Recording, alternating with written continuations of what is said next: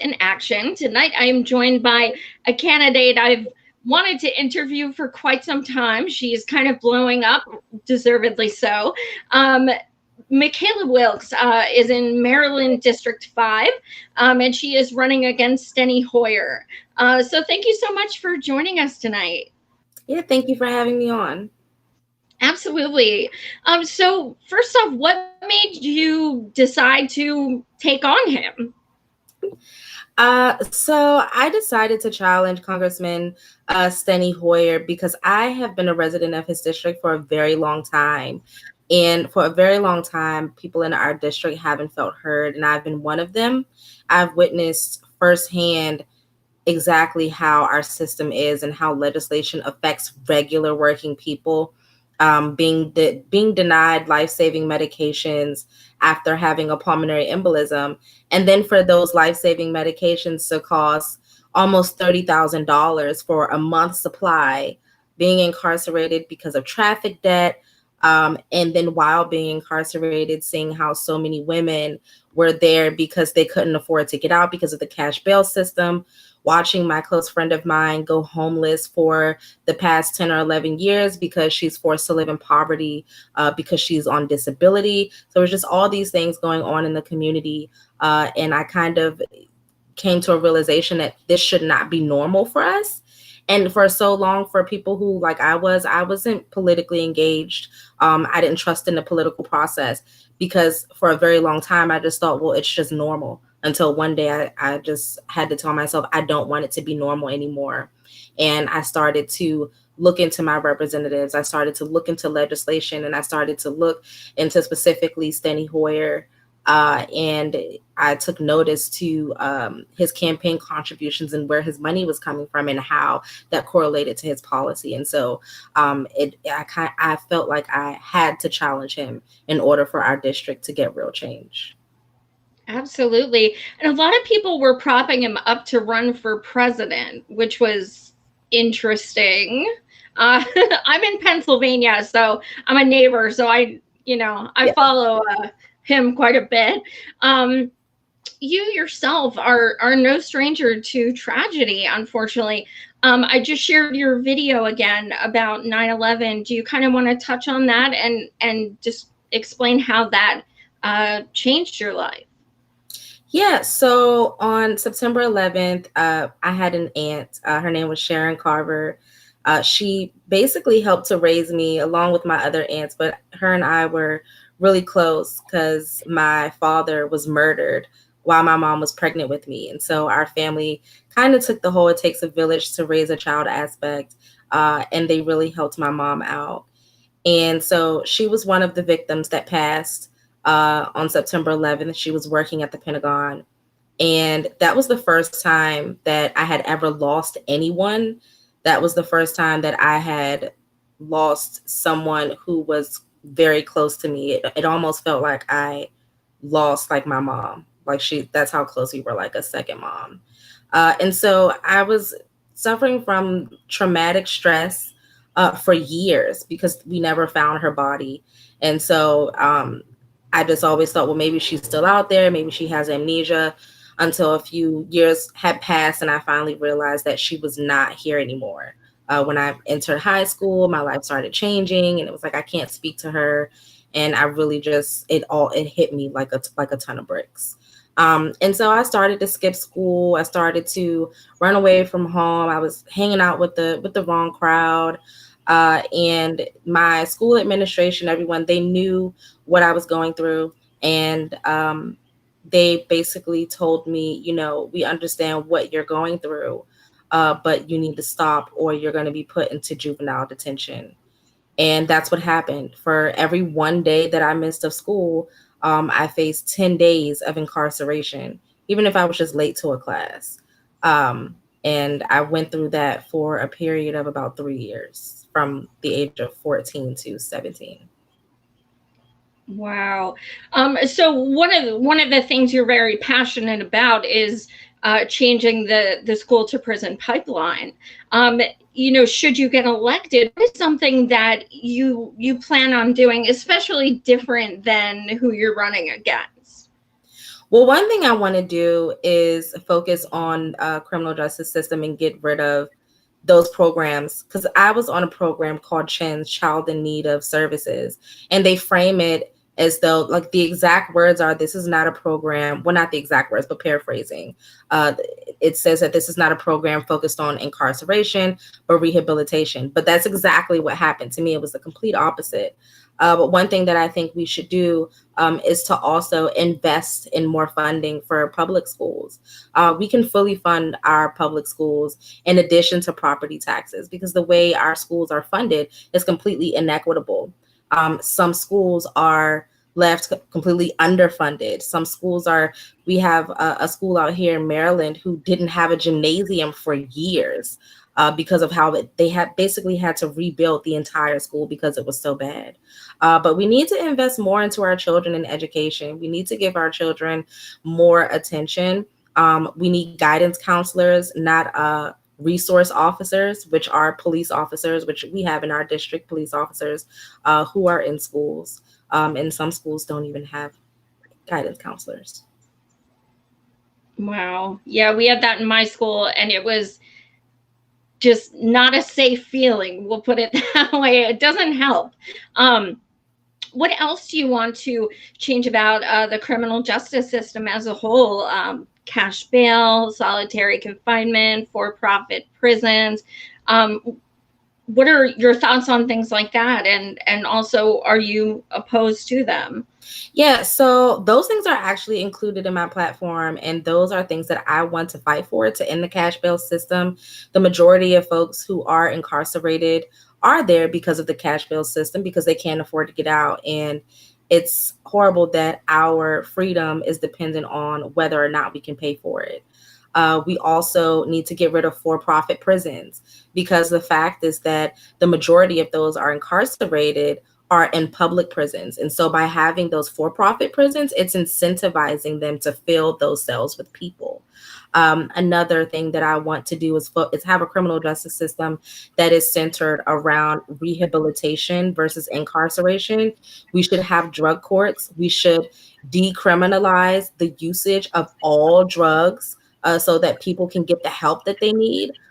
We need to enact Medicare for all so that people can get the mental health that they need, instead of incarcerating people that suffer from mental health illness. Absolutely. And as far as touching on Medicare for all, we're obviously in a pandemic. We see people losing their jobs, which is tied to their health care.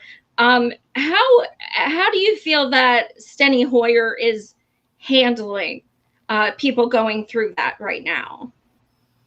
I think he's handling the pandemic by not necessarily focusing on the virus, but focusing more on the economy instead of what this pandemic is actually doing to people in our communities.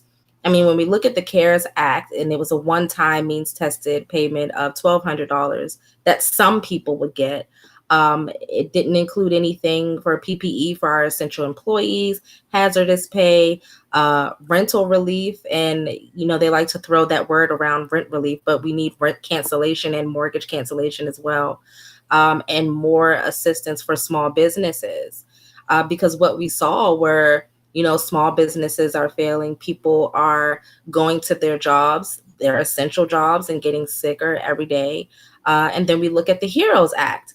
Now, face value, the HEROES Act, it seems like it's a complete 100% improvement to the blind eye from the CARES Act, but it is not. It's another one-time payment, another one-time means tested payment of $1,200. Essential employees get hazard pay under the stipulation that lobbyists are deemed essential. And also Steny Hoyer at this time actually endorsed bailing out the oil industry with the Strategic Petroleum Reserve, who is said to have a surplus of oil. So he basically endorsed to line their pockets at a time where this could have been a moment for us to pass green legislation. We should have passed a green stimulus and finally end the subsidies to fossil fuel companies. That's something that we could have done. As well as championing to fully fund and expand COBRA, which is basically a huge check to the insurance companies, when it would cost the government virtually nothing to expand Medicare services to folks who don't have health insurance due to the pandemic. Absolutely. And speaking of, environmentally, you support the Green New Deal. Your opposition there does not. So, and one of the things in the Green New Deal is a federal jobs guarantee. Is that something that you support? I absolutely support it, especially that's something that would help our district significantly. A lot of people in our district, including myself in Southern Maryland, we have to travel sometimes 90 minutes to get to work every day, going into Washington, D.C., going into Northern Virginia. And so I would support it because it's something that will bring jobs here at home where people can work within the communities on the job training, unionized jobs where we enforce workplace democracy and folks can collective bargain with their employers. But all in all, the federal jobs guarantee is going to bring millions of jobs to the country. And it's going to help us to overhaul the public transportation system under the Green New Deal, which out here is a huge deal. And that is just going to create a plethora of jobs as well. Absolutely. What other parts of the Green New Deal are you most passionate about? I mean, Maryland's, certainly has some water by it and everything. So, and, I'm no stranger to Baltimore. And sometimes I wish, we could hire people to kind of clean it up, the water especially. So what are you particularly excited about in the Green New Deal? I am excited about transforming over to 100% renewable energy. Here in our district, we have what is referred to as a sacrifice zone in Brandywine, Maryland. It's a very small portion of the district, but it is highly populated by Black people. About 77% of the area is Black. I think maybe 72% is Black. And there is a cluster of power plants in the midst of a residential neighborhood about 2 to 3 miles away from schools, from elementary schools. And so I'm going to be excited to finally divest away from those energies and get those power plants out of our neighborhoods so that people can be more healthy, because having those power plants there, people suffer from respiratory issues. This was actually a story on the news with people protesting that we didn't need any more power plants in that area. The particulate matter that comes from the house that gets stuck to the house, and then you have the noise from the power plants. People can't sleep at night. And so I'm really excited about that. I'm also excited about just tackling the effects of climate change, period, because our district is surrounded by water. Some of our district is surrounded by water. And it's only a miracle that a huge hurricane has not taken us out. Just last summer, even in Washington, D.C., there were basically swimming pools in the parking lots. Part of Washington, D.C. was underwater. Cars were underwater in Washington, D.C. And it's only going to get worse if we don't do something as bold as enact the Green New Deal. Absolutely. Speaking of, health problems and such from the environment, getting back to Medicare for all, is that something that your, people in your district seem open to supporting since the pandemic started? Do they seem like they're on board? Yes. Since the pandemic, a lot of folks are moving further to the left than they were before. Because they are starting to understand the disparities across the board. And the pandemic is really highlighting the disparities across the board, especially with healthcare, because so many people are losing their jobs and they're losing their health insurance that is tied to their jobs. And so people are definitely starting to be more supportive of Medicare for all, especially when we explain to them that it eliminates out-of-pocket costs and it saves money. Absolutely. One of the things I read on your Twitter page, which was really interesting, it said that Steny has spent almost 10 times what he did on 2018 in advertising. That's got to feel good. It does. I mean, he spent, I believe, close to $500,000 um, in campaign advertising. And in 2018, he spent $0 on digital ads and $47,000 roughly on mailers. Another thing that's really interesting is that, and I really like talking about this because it really just amplifies what it means to be a grassroots movement.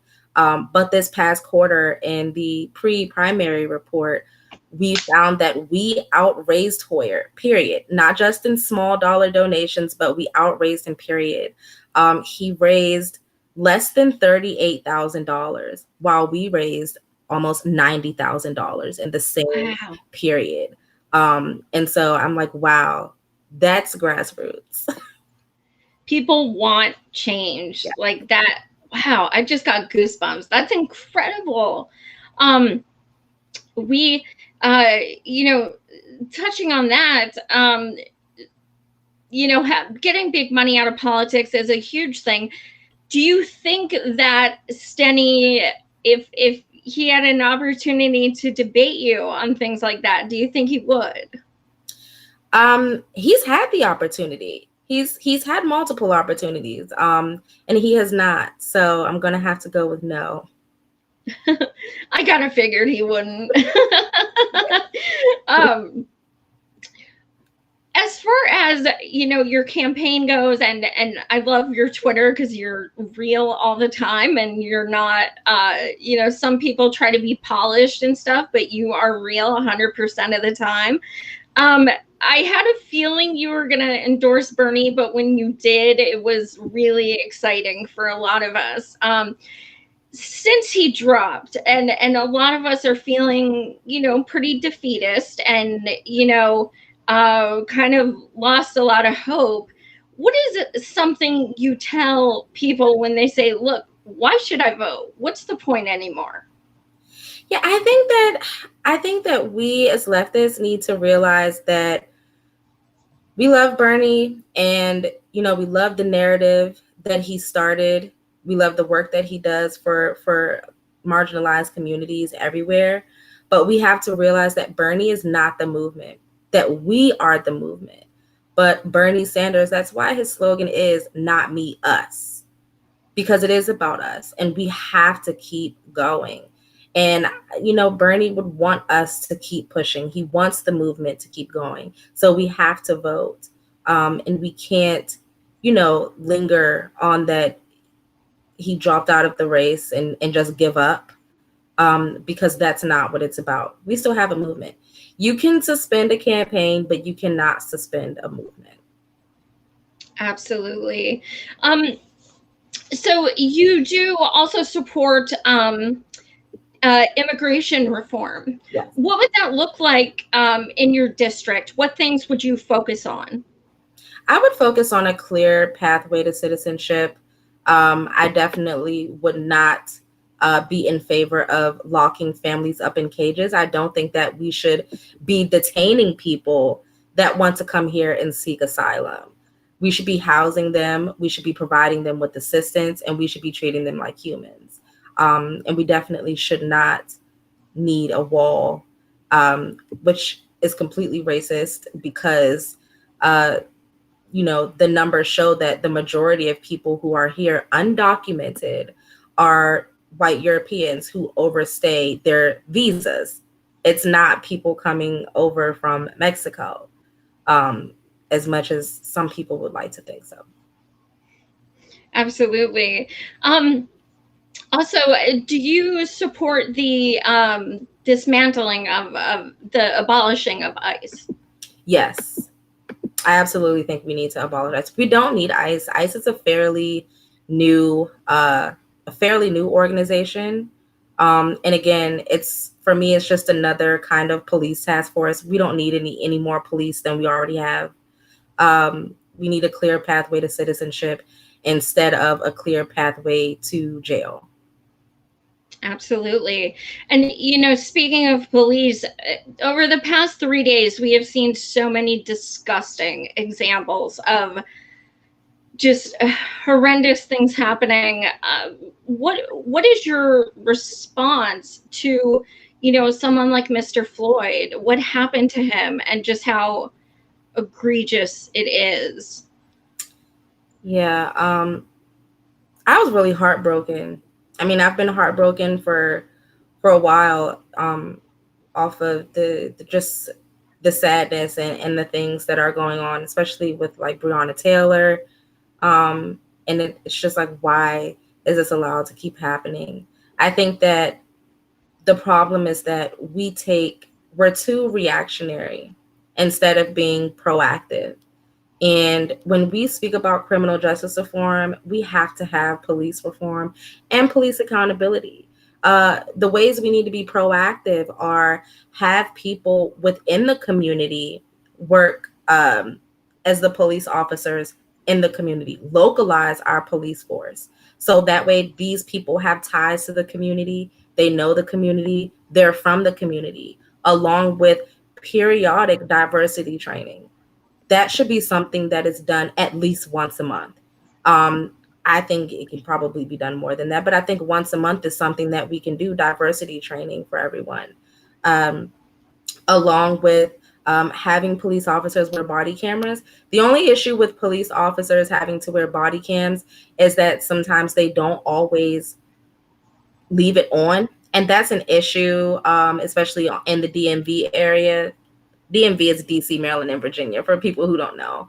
But especially in the DMV area, like in Washington, DC, there's an issue with officers not leaving their body cameras on. But there needs to be a guideline, like a rule that you have to have your camera on no matter what, or you will face some type of penalization.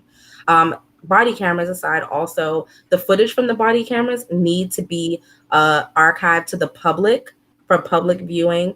I don't understand why it needs to be private. I don't understand why you may need a subpoena or have to be on the inside to see it. And also, we need civilian review boards for all cases of misconduct from a police officer.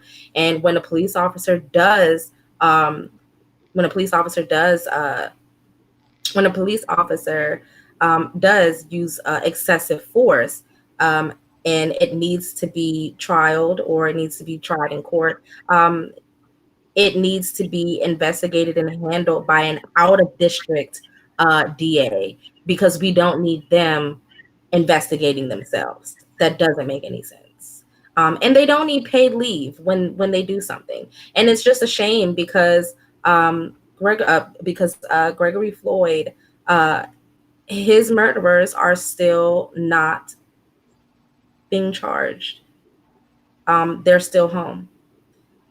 We need to send a message that Black lives do matter. And I think the way that we do that is police reform and police accountability.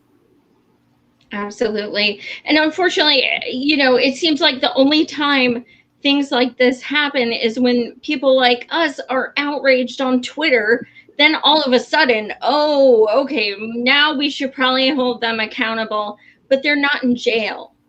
They lose their job. Big deal. They're not in jail. It's just, I watched his video yesterday and I just couldn't believe it. And today there was another one that came out with a 21-year-old young man. I don't know if you saw that, and his 90-year-old grandmother standing in front of him because they were threatening, they pulled their guns on him, and he's just, so yeah, something's got to change.